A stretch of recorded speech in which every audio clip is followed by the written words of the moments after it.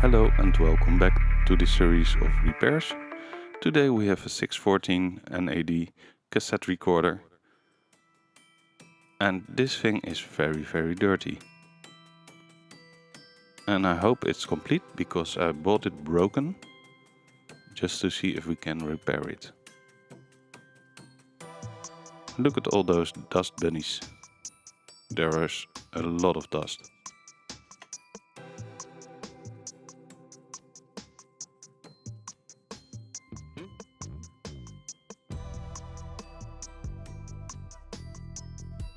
After removing the top plate, we can see the inside, and inside here we see the lost top front plate from the cassette and also a bag of screws. So I think it's complete. And we can see that this interior is not so difficult as you would expect from a high-end piece of equipment. At least I would think that there's more in it than a normal cassette deck, but yeah, it's what it is.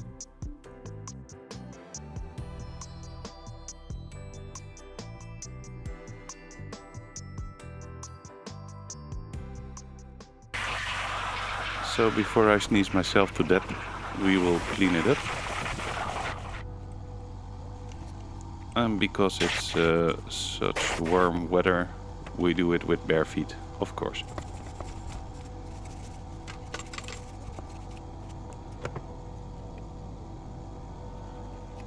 Behind this isolation plate, it's also very dirty, and I will scrub it up with a little bit of alcohol, so it's nice and clean again.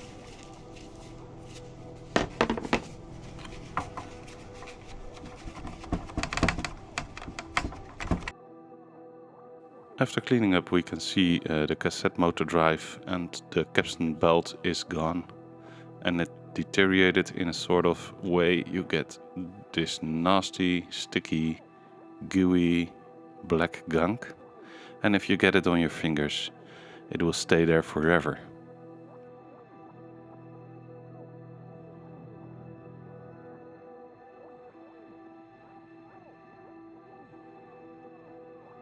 So first things first, let's remove the cassette deck player and see if we can repair that one before we even can test it.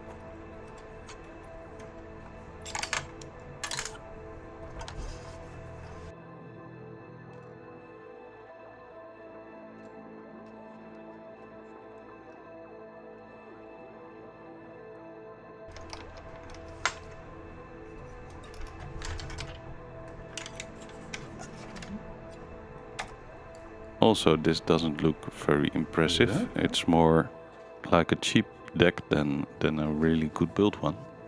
And also a lot of dust bunnies again. For removing the motor, you need to remove this back plate, and the motor comes with it, and then you can replace the belt. And at first I didn't know why it was not coming loose, why it was not coming apart, but oh, there's some goo. You need to shift and slide it.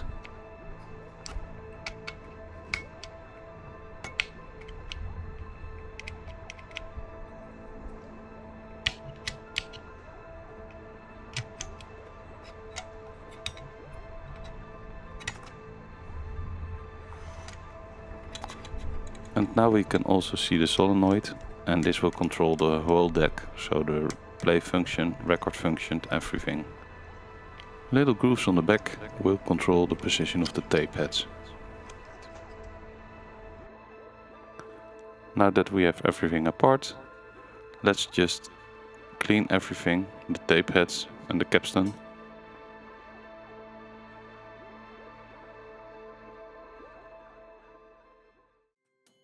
Also all the small switches will be cleaned, and of course the motor will be lubricated.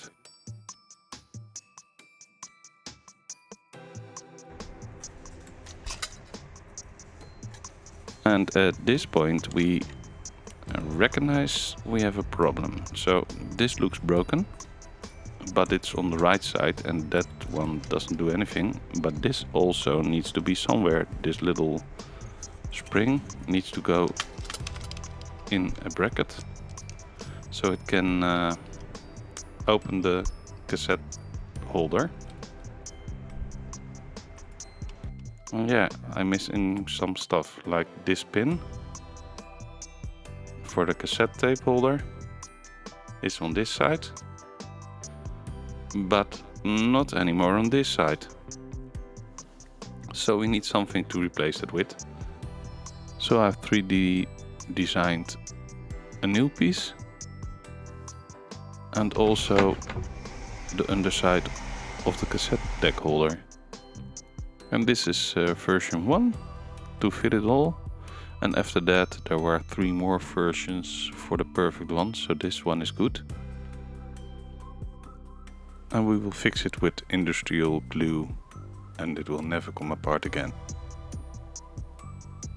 So this is for the cassette holder and it will do the function just nicely. And when it's all together you cannot see any of those repairs, so it doesn't matter which color it is.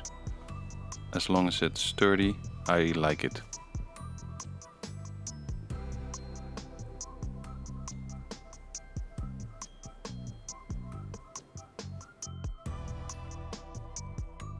Also the spring has a nice seat to go in and the function of the deck is restored.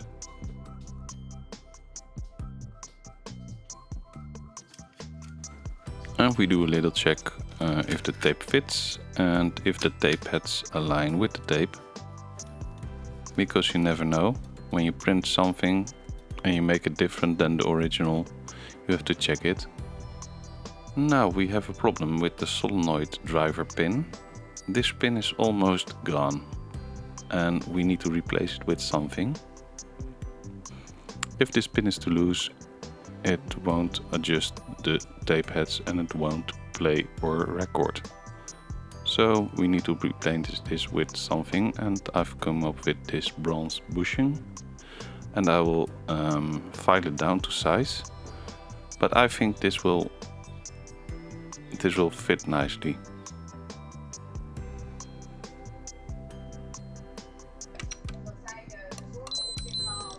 Now we're just checking some capacitors and replacing the ones that are beneath the heat sinks, because those are getting hot and it's worth replacing those.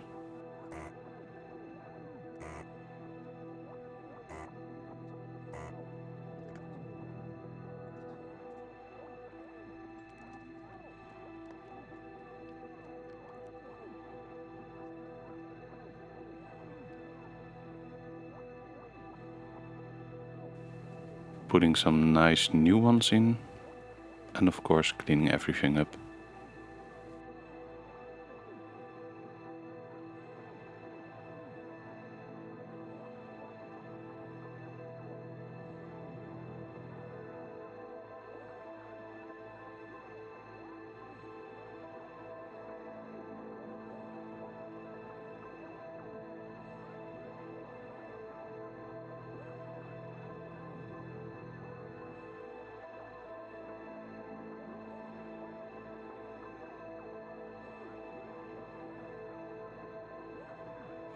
And with a little bit of isopropyl, I will clean everything up.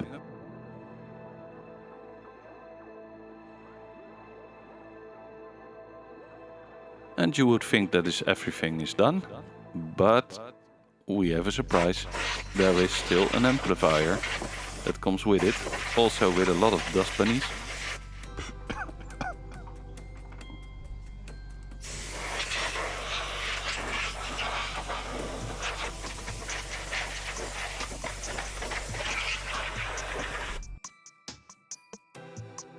This one has a couple of bad caps and a couple of dry solder joints. I resoldered everything and replaced the caps. So after replacing that, everything should be just fine.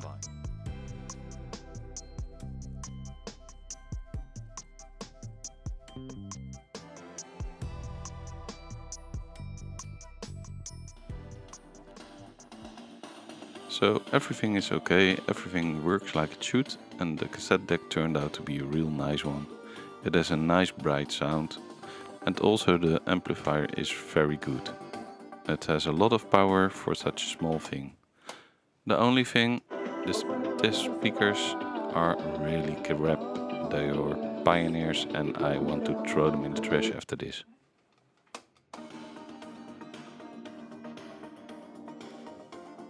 So anyway, thank you all for watching and see you in the next one. Don't forget to like my video and subscribe.